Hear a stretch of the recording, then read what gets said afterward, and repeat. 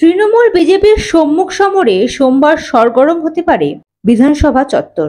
বিধায়ক পদে শপথ নিয়ে সায়ন্তিকা ও রেয়াতের ধর্নায় সোমবারও থাকবেন তৃণমূলের মন্ত্রী বিধায়কেরা।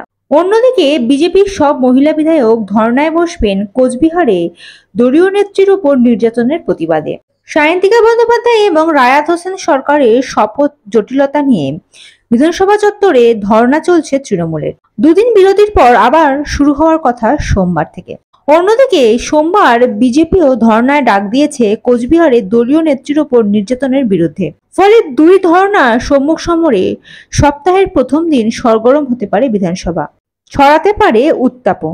বিধায়ক পদে শপথ গ্রহণের দাবিতে গত সপ্তাহ থেকে আম্বেদকর মূর্তির নিচে ধর্ণা দিচ্ছেন বরানগরের বিধানসভার উপনির্বাচনের জয়ী তৃণমূল প্রার্থী তথা অভিনেত্রী সায়ন্তিকা বন্দ্যোপাধ্যায় এবং ভগবানগোলায় জয়ী তৃণমূল প্রার্থী রায়াত হোসেন সরকার।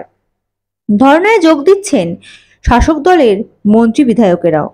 সোমবার আবারও ধর্নায় বসবেন বলে জানিয়েছেন রায়াত এবং সায়ন্তিকা।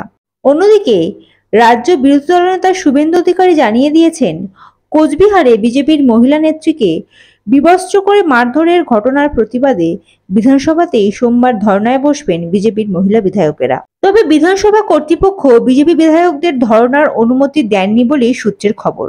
বিজেপির পরিষদীয় দলের তরফে ধর্নায় বসতে চেয়ে বিধানসভার সচিব সুকুমার রায়ের কাছে আবেদন জানানো হয়েছিল।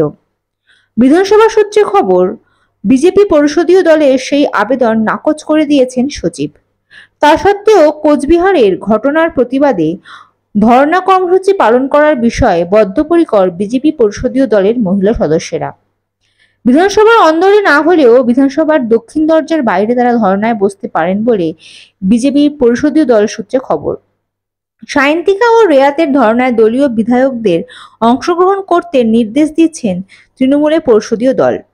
সোমবার সেই ধর্নায় তৃণমূলের মন্ত্রী বিধায়কেরা অংশ নেবেন বলেই খবর। আর বিজেপির সব মহিলা বিধায়কেরাও ধর্ণা দেওয়ার সিদ্ধান্তে অনড়। তাই সোমবার ধর্নার পাল্টা ধর্ণা নিয়ে বিধানসভা চত্বর উত্তপ্ত হতে পারে বলেই মনে করা হচ্ছে।